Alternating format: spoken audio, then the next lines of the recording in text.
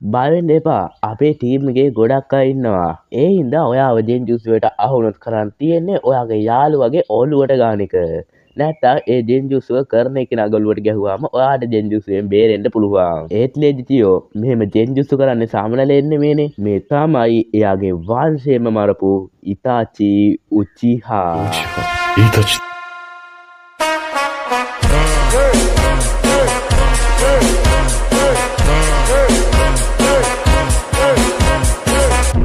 ඉතාචි අන්බු කවිතාන්වරයෙක් විදියට සේවය කළා තියෙනවා කොනාගාමේ උචියා වංශයේ කෙනෙක් විදිහට.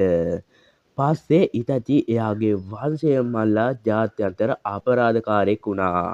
ඒත් එයා එයාගේ මල්ලිව විතරක් ඉතුරු කරා. ඊට පස්සේ ඉතාචි ආකත්සුකි සංවිධානයට බැඳෙනවා. ඒත් ඒකම කොනාගාමේ නින්ජරත් එක්ක සුපිරි ෆයිට් ගොඩකට මේ ඉතාචි මැදිහත් වෙනවා. ඒ වගේම සස්කේ හිතුවේ ඉතාචි මැරුණාම එයාගේ වංශය අයට නිදහස ලැබෙනවා කියලා. කවුද මේ ඉතාචි? ඉතාචි ඇයි එයාගේ වංශයම මල්ලා දැම්මේ? ඇයි එයා වංශය මල්ලා මල්ලේ විතරක් ඉතුරු කරේ? මේ ඔක්කොම ප්‍රශ්න වලට උත්තර හොයමු මේ දැන්. මිකෝටෝ සහ ෆුගාකු උචිහා ගාව උපන්න පළමු දරුවා තමා මේ ඉතාචි උචිහා කියන්නේ. අපි දැන් මෙයාගේ ළමා කාලේ ඉඳන් පටන් ගමු. මෙයාගේ ළමා කාලය ගැන කතා කරොත් ඉතාචි ඉපදිලා අවුරුදු 4ක් වෙන විට තුන්වෙනි ශිනොබි ලෝක යුද්ධය දරුණුවටම තිබුණා. මේ හින්දා ගොඩක් මරණ මේ ඉතාචිගේ දෑස් ඉදිරියේම සිදු වුණා. ඒ වගේම මේ දැක්ක මේ මරණ හින්දා ඉතාචි ලොකු කම්පනයකට ලක් වුණා. ඒ වගේම මේ හින්දාම ඉතාචි සාමයට කැමති වුණා. ඉතාචි නින්ජා කෙනෙක් වෙන එකේ හීන දැක්කේත් මේ හින්දායි. ඒක තමයි මුළු ලෝකෙම මේ සටන් මකලා දාන්න. ඉතාචිට අවුරුදු 5දී සස්කෙව එයාගේ දෙමව්පියන්ට හම්බෙනවා. ඒක නිසා ඉතාචිට අම්මගේ තාත්තගේ තියෙන සැලකිල්ල ටිකක් ඒ හින්දා අඩු වෙනවා. මේක හින්දා ඉතාචි ටික ටික සුසුයි එක්ක පුහුණු වෙන්න පටන් ගන්නවා. වැඩි කල් යන්න කලින් ඒ දෙන්නා හොඳම යාළුවෝ වෙලා ඒ දෙන්නා නින්ජුස් වල අලුත් උපක්‍රමත් අත්හදා බලන්න හදනවා. ඒ වගේම මේ සිසුයි ඉතාචි අතරේ හොඳ සහෝදර බැඳීමකුත් ඇති වෙනවා. ඊට පස්සේ ඉතාචිට අවුරුදු 6ක් වෙන විට ඇකඩමියට ඉතාචිට ඇතුල් වෙන්න පුළුවන් වෙනවා. ඉතාචි මේ ඇකඩමියේ තියෙන ඔක්කොම දේවල් වලට සාර්ථකව හා දක්ෂ විදිහට මුහුණ දෙනවා. ඊට පස්සේ තව මාස 4ක් ගිහින් ඉතාචි ජෙනින් කෙනෙක් වෙන්න පුළුවන් වෙනවා. මේ කාලෙදී ඉතාචි සිනොබි ඉතිහාසය ගැන ගොඩක් දේවල් ගැන ඉගෙනගෙන හිටියා. ඒ වගේම ඉතාචි ලාබාල්ටම පශ්චාත් උපාධිධාරියාද වුණා. ඉතාචිගේ කණ්ඩායම වුණ දෙවනි කණ්ඩායම ඒ කාලේ වෙද්දි ඒ කාලේ හිටපු හොකා කියලාගේ හිත දිනා ගන්න සමත් වුණ කණ්ඩායමක්. ඒ වගේම ඉතාචිට අවුරුදු 7දී ඉතාචි නින්ජුත්සු ප්‍රගුණ කරා.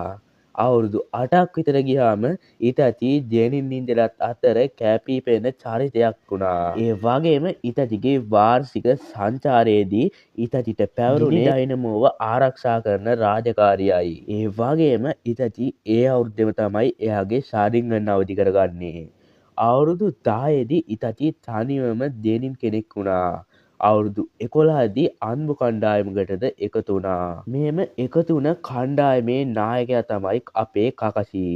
කකෂිගෙන් ඉතාචි ගොඩක් දේවල් ගැන ඉගෙන ගත්තා වගේම ඉතාචි කකෂිට අයිති නැති එයාගේ ශාරින්ගන් එක ගැන ගොඩක් අවධානයෙන් තමයි හිටියේ. තවද ඉතාචි ඩැන්සෝගේ අන්බු කණ්ඩායමට උසස් කරන්න කලින් අවුරුදු 2ක් විතර කකෂිත් එක්ක එකට වැඩ කළා. මේ කාලෙදී ඉතාචි ලොකු ජයග්‍රහණ ගොඩක් ලබා ගන්න සමත් වුණා. මේ ජයග්‍රහණ හින්දා එයාගේ පවුලෙන් ගිලිහුණ ඉතාචිගේ ආදරේ ටික ටික ඉතාචිට පවුලෙන් ලැබෙන්න පටන් ගත්තා.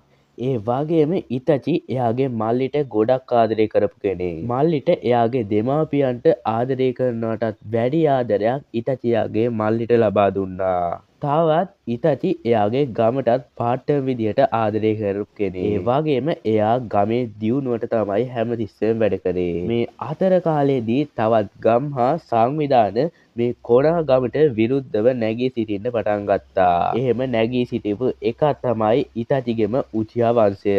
මේ ගම් වලටයි සංවිධාන වලටයි එයාගේ අකමැත්ත තමා ඉතචි එයාගේ කුමන්ත්‍රණ වලටද හේතුනේ. මේ කුමන්ත්‍රණ කරන්න ප්‍රධානියෙක් උනේ එයාගේම තාත්තා වන ෆුගාකු.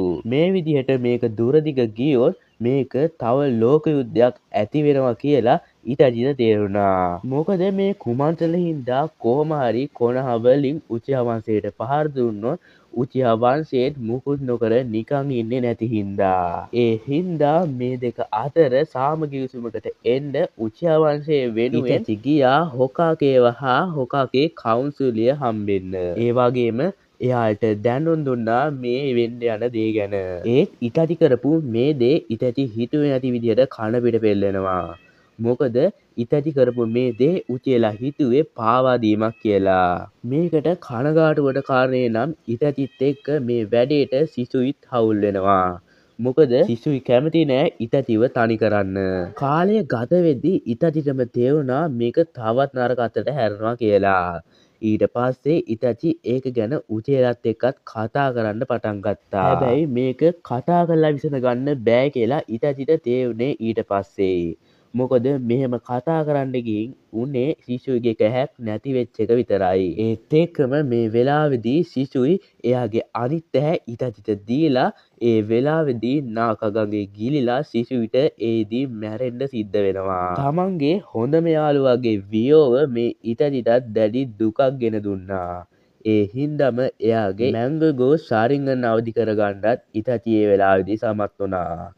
ඊට පස්සේ ඉතචි ගැන සැක හිතුණු උචියලා ඉතචි සිසුවිව මැරුවා කියලා ඉතචිට චෝදනා කරද්දී ඉතචි එයාට ගහලා කතාව ඉවර කරලා දානවා. ඊට පස්සේ ඉතචි අන්බු කපිතාන්වරයෙක් තරමටම උසස් කරනවා.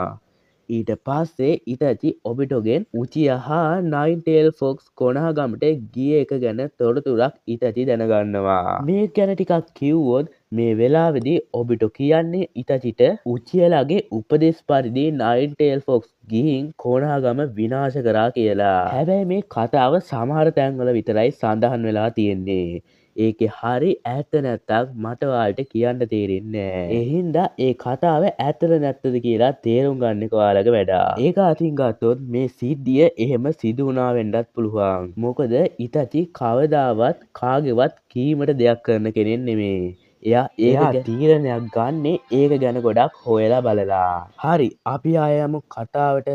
ඔබිටෝගේ මේ විදියට උචියා වංශය හා නයින්ටේල් ෆොක්ස් කොනහ ගමට ගිය එක ගැන තොරතුරක් දැනගත්ත අපේ ඉතචි ඊට පස්සේ කරන්න හදන්නේ වෙනම වැඩක්. ඔබිටෝගේ කීමටයි එයාගේ දක්ෂතාවයයි මැනගන්න ඕන හින්දා ඉතචි එයාගේ වංශයම මුළු ලෝකෙම අතුගාලා දානවා.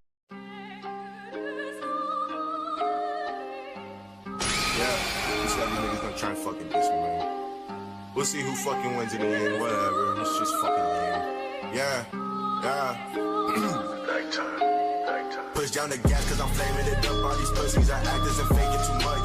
Got in the cold, I'ma smoke you like Dutch. Josh ain't about to collapse in his lungs. Pussy you dead, caught by the feds. Dropping that baby right onto his hand. Making you silent, you fucking the bread. Cisco was bleeding, you sinking the bread.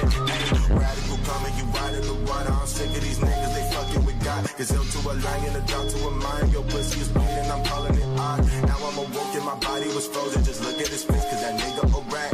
Come to the king, now you bound to the ring. I'm smoking a nigga and naming මේක ගැනත් පොඩි කතාවක් තියෙනවා. ඇත්තටම ඉතචි මේක කරේ කොනහගමේ සාමය වෙනුවෙන්නේ. හැබැයි එයා පස්සේ කටකටාවක් පතුරවනවා එයා ඒක කළේ එයාගේම දක්ෂතාවය මැනගන්න කියලා. ඉතචි මෙහෙම එයාගේ වංශයම අතුගාලා දැම්මත් ඒත් ඉතචි එයාගේ මල්ලේ විතරක් ඉතුරු කරනවා. මොකද එයා කරපු ඒ වැරද්දට එයාම වන්දි ගෙවන්න ඕන. දවසක කවදා හරි සස්කියාව මරනවා කියලා ඉතචි හොඳටම දන්නවා. ඒක එහෙම වෙන්න ඕන හින්දා තමයි ඉතචි මේ සාස්කේව මේ වෙලාවේදී ඉතුරු කරන්නේ. පස්සේ කාලෙක ඩැන්සෝගෙන් අපේ සාස්කේට තර්ජන ආවා. ඒ වෙලාවේදී ඉතචි කවුටෙක් වගේ වෙස් වලාගෙන ගිහින් ඩෑන්සෝට තර්ජනය කරනවා සාස්කේට මොනා හරි වුණොත් ඔයා ඉවරයි කියලා. ඊට පස්සේ ඔබිටෝගේ උදව්වෙන් ආකර්ෂුකයට බැඳුණු ඉතාචි ඉස්සල්ලාම වැඩ කරේ ඕන්චිමාරුත් එක්ක. ඒත් ඒක නැති වුණේ ඕන්චිමාරු එයාගේ ශරින්ගන් වලට හා එයාගේ ඇඟට ආශා කරනවා කියලා එයාම දැනගත්ත හින්දායි. ඊට පස්සේ ඉතාචි කිසාමෙත් එක්ක එකතු වෙලා දිගටම වැඩ කළා. ඉතාචිගේ පෞරුෂය ගැන කතා කරොත් ඉතාචි පොඩි කාලේ ඉඳන්ම කාවත් අවතක්සේරු කරේ නෑ. ඒ වගේම ඉතාචිගේ තර්ක හොකාකේගේ තරමටම සමානයි. තව කිව්වොත් ඉතාචිගේ අරමුණද හොකාකේ වෙන එකයි. අනිත් කට්ටියව වෙන් කරලා හොයාගන්න ඉතාචි පට්ටම දක්ෂයෙක්.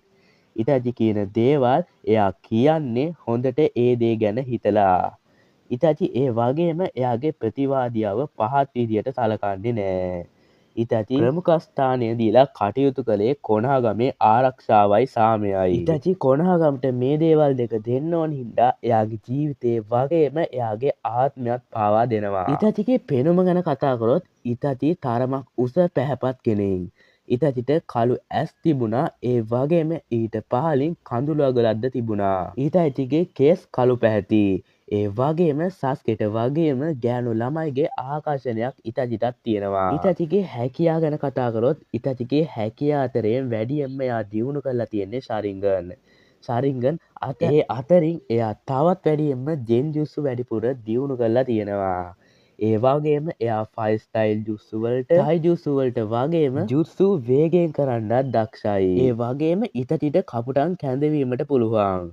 ෂැඩෝ ක්ලෝන් පුපුරවන්නත් පුළුවන්. තව වෝටර් ස්ටයිල් ජුත්සු, රොක් ස්ටයිල් ජුත්සු, ෆයර් ස්ටයිල් ජුත්සු වගේම යන් මුද්‍රාත් ඉතාචිට පුළුවන්. එහෙනම් ඉතාචි ගැන ගෙනෙන්න මේ වීඩියෝ එක මම මෙතනින් ඉවර කරනවා. මේ වගේ තවත් වීඩියෝ බලන්න අපේ channel එක subscribe කරලා තියාගන්න අමතක කරන්න එපා. එහෙනම් අදට මම ගිහින් එන්න. ඔයාලා ඔක්කොටම සුබ දවසක්.